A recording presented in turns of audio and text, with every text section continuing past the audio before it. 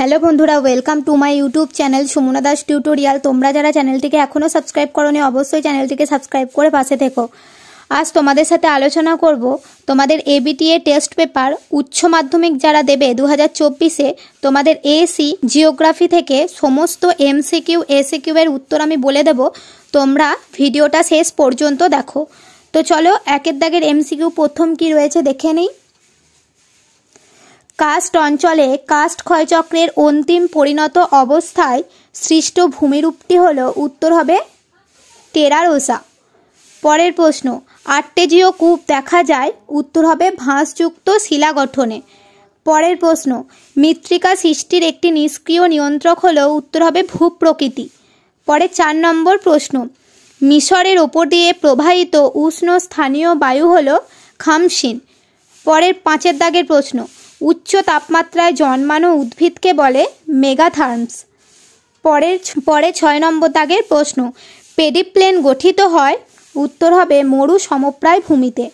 পরের প্রশ্ন, মৃত্তিকার যে স্তরে উদ্ভিদ ও প্রাণীর দেহাবশেষ আংশিক বা সম্পূর্ণ বিয়োজিত হয়ে হিউমাসে পরিণত হয় সেই স্তরটি হলো ও স্তর। তো চলো তারপরের প্রশ্ন কি রয়েছে দেখি। 8 নম্বর দাগের প্রশ্ন, চুন ও লবণের আধিক্যে গড়ে ওঠা মৃত্তিকা হলো উত্তর হবে পেডোকাল মৃত্তিকা। পরের প্রশ্ন, সীমান্ত বিনাশের সংশ্লিষ্ট পর্যায়কে বলে ফ্রন্টোলাইসিস। পরে 10 নম্বর দাগের প্রশ্ন, গোলাপি পোশাক পরিহিত কর্মী যে স্তরের অর্থনৈতিক কাজের সঙ্গে জড়িত তা হবে তৃতীয় স্তর। পরের প্রশ্ন, রারবান শব্দটি সর্বপ্রথম ব্যবহার করেন যে গ্যালপিন। পরের প্রশ্ন, ছত্তিশগড়ের অন্যতম লৌহ আকরিক উৎপাদক অঞ্চল উত্তর হবে দাল্লি রাজহারা। পরের প্রশ্ন, শস্য প্রগাঢ়তা সর্বাধিক হয় নিবিড় কৃষিতে। তারপরের প্রশ্ন, শস্য সমন্বয় ধারণাটির অবতারণা করেন যিনি তার নাম হলো উইভার। তো এর আগেও আমি কয়েকটা পেজ সলভ করে ভিডিও দিয়েছি, তোমরা যারা এখনও দেখোনি তোমরা অবশ্যই সেই পেজগুলি দেখে নিও। কোন কোন পেজের আমি সলভ করেছি দেওয়া আছে, ভিডিওগুলো তোমরা দেখে নিও। পরের প্রশ্ন, একটি পুষ্করিণীকে কেন্দ্র করে যে বস্তি গড়ে ওঠে তা উত্তর হবে আর্দ্র বিন্দু বস্তি। পরের প্রশ্ন কি আছে চলো দেখি। পরের প্রশ্ন রয়েছে, সুয়েজ খাল সংযুক্ত করেছে ভূমধ্যসাগর ও লোহিত সাগরকে। এই প্রশ্নটা অনেকবার তোমাদের রিপিট হলো, কিন্তু এর আগে আমি যা ভিডিও করেছি সেগুলোতে তোমরা দেখবে, ভালো করে এটা মুখস্থ করে নিও। পরের প্রশ্ন, ভারতে সিলিকন ভ্যালি বলা হয় উত্তর হবে বেঙ্গালুরু। পরের প্রশ্ন, দক্ষিণ আফ্রিকার কেপটাউনে জলবায়ু হলো উত্তর হবে ভূমধ্যসাগরীয় জলবায়ু। পরের প্রশ্ন, ভারতে শ্বেত বিপ্লবের জনক হলেন উত্তর কি হবে ডক্টর ভার্গিস কুরিয়েন। পরের প্রশ্ন, বিশ্বের রবার রাজধানী বলা হয় আমেরিকা যুক্তরাষ্ট্রের অ্যাক্রনকে। পরের প্রশ্ন, পিটিআই যে দেশের সংবাদ বিষয়ক এজেন্সি তা হলো ভারত। আমাদের এমসিকিউগুলোর উত্তর গেল, তোমরা তোমাদের টেস্ট পেপারটিতে দাগ দিয়ে নাও। পর আসছি একের দাগের শর্ট কোয়েশ্চেনগুলো কি কি আছে প্রথমে আমি পড়ে নিই, তারপর আমি প্রশ্নগুলির উত্তর তোমাদের বলে দিচ্ছি। ক্ষয়ের নিম্নসীমা কি অথবা পুনর কি, কোরাল ব্লিচিং কি, সম্মুখ তটভূমি কাকে বলে, টর কি, ডেভিসের ত্রয়ী কাকে বলে অথবা পেডোকাল মাটি কাকে বলে, মোনেক্স কি, বিপর্যয়ের সংজ্ঞা দাও, মলিসল মৃত্তিকা দুটি বৈশিষ্ট্য লেখো অথবা জলবায়ু অঞ্চল বলতে কি বোঝো, হেটারোফিল উদ্ভিদ কাকে বলে, রেড ডাটা বুকে কোন ধরনের জীবের তথ্য লিপিবদ্ধ থাকে, 4 o'clock রেন কোন জলবায়ুতে দেখা যায়, শিক্ষকের শিক্ষাদান কোন স্তরের অর্থনৈতিক ক্রিয়াকলাপ, কেরলের স্থানান্তর কৃষি কি নামে পরিচিত, বাগিচা কৃষির একটি ফসলের উদাহরণ দাও, পিএমআর কি, পণ্য সূচক কি, ক্রিয়ামূলক অঞ্চল বলতে কি বোঝো, পৃথিবীর রাসায়নিক রাজধানী কাকে বলে, একটি পরিকল্পনা অঞ্চলের নাম লেখো। তো বাগিচা কৃষির একটি ফসলের উদাহরণ চা কফি, তোমরা লিখে নিও। এবার আমি প্রশ্নগুলির উত্তর তোমাদের বলে দিই, চলো তোমরা একে একে খাতায় লিখে নাও। প্রথম ছিল ক্ষয়ের নিম্ন সীমা, তো কি লিখবে, নদীর সর্বনিম্ন ক্ষয়কাজের সীমা অর্থাৎ যে সীমার নিচে নদীর ক্ষয় ক্ষমতা কমে তাকে নদীর ক্ষয়ের নিম্ন সীমা বলে।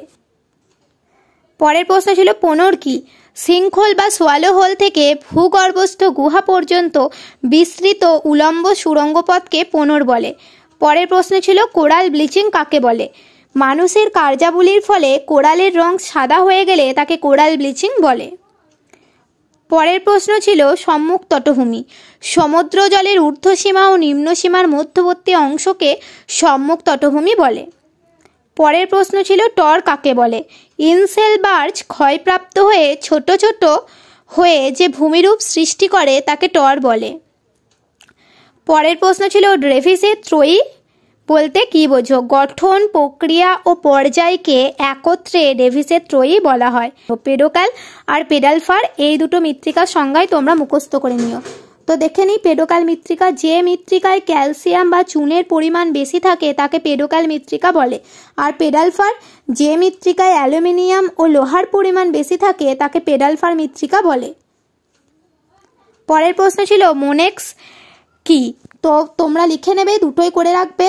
মোনেক্সের সম্পূর্ণ নাম হলো মনসুন এক্সপেরিমেন্ট। এরপর আসি মোনেক্সের কাজ কি।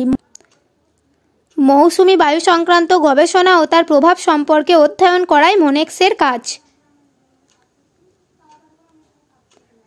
এর পরের প্রশ্ন ছিল বিপর্যয় কাকে বলে?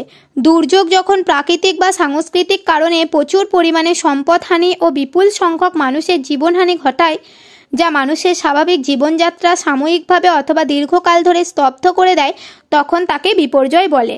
আর পরের প্রশ্ন ছিল মলিসল মৃত্তিকার দুটি বৈশিষ্ট্য লেখো। তো কি লিখবে? মলিসল শব্দটির উৎপত্তি ল্যাটিন শব্দ মলিস থেকে, যার অর্থ নরম। মলিসল জৈব পদার্থ সমৃদ্ধ উর্বর মৃত্তিকা যা নাতিশীতোষ্ণ তৃণভূমি অঞ্চলের অন্তর্গত শীতল ও শুষ্ক জলবায়ু অঞ্চলে সৃষ্ট হয়ে থাকে। জৈব পদার্থ বেশি থাকায় এই মৃত্তিকা গাঢ় কালো রঙের হয়। পৃথিবীর মোট ভূভাগের প্রায় 7% অঞ্চলে এই প্রকার মৃত্তিকা দেখা যায়। এই ধরনের মৃত্তিকা প্রধানত ভূমধ্যসাগরীয় জলবায়ু অঞ্চলে বেশি দেখা যায়। এগুলোকে তোমরা পয়েন্ট করে করে লিখে দেবে। তারপরে ছিল জলবায়ু অঞ্চল কাকে বলে? জলবায়ু অঞ্চল কাকে বলা হয়? আমরা একথা বলতে পারি যে মানুষের জীবনযাত্রা ও উপজীবিকার উপর প্রভাব বিস্তারকারী প্রাকৃতিক উপাদানসমূহের সামঞ্জস্যতার ভিত্তিতে পৃথিবীকে যে কয়টি অঞ্চলে ভাগ করা হয়েছে এদের প্রত্যেকটিকে এক একটি প্রাকৃতিক বা জলবায়ু অঞ্চল বলা হয়। পরের প্রশ্ন ছিল রেড ডাটা বুকে কোন ধরনের জীবের তথ্য লিপিবদ্ধ থাকে? তো কি লিখব? রেড ডাটা বুকে বিপন্ন বা লুপ্তপ্রায় জীব প্রজাতি সমূহের তালিকা থাকে। 4 o'clock রেন কোন জলবায়ু অঞ্চলে দেখা যায়? উত্তর হবে নিরক্ষীয় জলবায়ু অঞ্চলে। শিক্ষকের শিক্ষাদান কোন শ্রেণীর অর্থনৈতিক কার্যাবলী? এটা হবে তৃতীয় শ্রেণীর অর্থনৈতিক কার্যাবলী। এভাবে তোমাদের এমসিকিউ আসতে পারে। তারপরে ছিল কেরালায় স্থানান্তর কৃষি কি নামে পরিচিত? উত্তর হবে পোনাম। তো আমি তোমাদের বিভিন্ন রাজ্য স্থানান্তর কৃষি কি নামে পরিচিত একটা লিস্ট দিয়ে দিলাম, তোমরা এখান থেকে দেখে নিও। পরের প্রশ্ন ছিল পিএমআর কি? বিপর্যয় ব্যবস্থাপনার প্রাক ব্যবস্থাপনামূলক প্রস্তুতিকরণ। পি দুর্যোগ চলাকালীন পর্যায়ে অর্থাৎ প্রশমন এম, এবং দুর্যোগ পরবর্তী পর্যায়ে অর্থাৎ পুনরুদ্ধার আর কে একত্রে পিএমআর বলে। পরে ছিল পণ্যসূচক কি? কোন শিল্পের কাঁচামালের ওজন ও উৎপাদিত পণ্যর ওজনের অনুপাতকে বস্তুসূচক বা পণ্যসূচক বলে। পরের প্রশ্ন ছিল ক্রিয়ামূলক অঞ্চল বলতে কি বোঝো? অর্থনৈতিক কার্যাবলীর উপর নির্ভর করে গঠিত অঞ্চলগুলিকে ক্রিয়ামূলক অঞ্চল বলা হয়। পরের প্রশ্ন ছিল কোন শহরকে পৃথিবীর রাসায়নিক রাজধানী বলা হয়? উত্তর হবে উইলসিংটন। পরে 6 নম্বর একটা প্রশ্ন আমি তোমাদের বলতে ভুলে গিয়েছিলাম, কি ছিল? হেটারোফিল উদ্ভিদ কাকে বলে? কি হবে? একই উদ্ভিদের যখন বিভিন্ন আকৃতির পাতা উৎপন্ন হবে তখন তাকে হেটারোফিল উদ্ভিদ বলে, যেমন র্যানানকিউলাম। আজকে তোমাদের এসি 211 সমস্ত এমসিকিউ এসিকিউ এর উত্তর।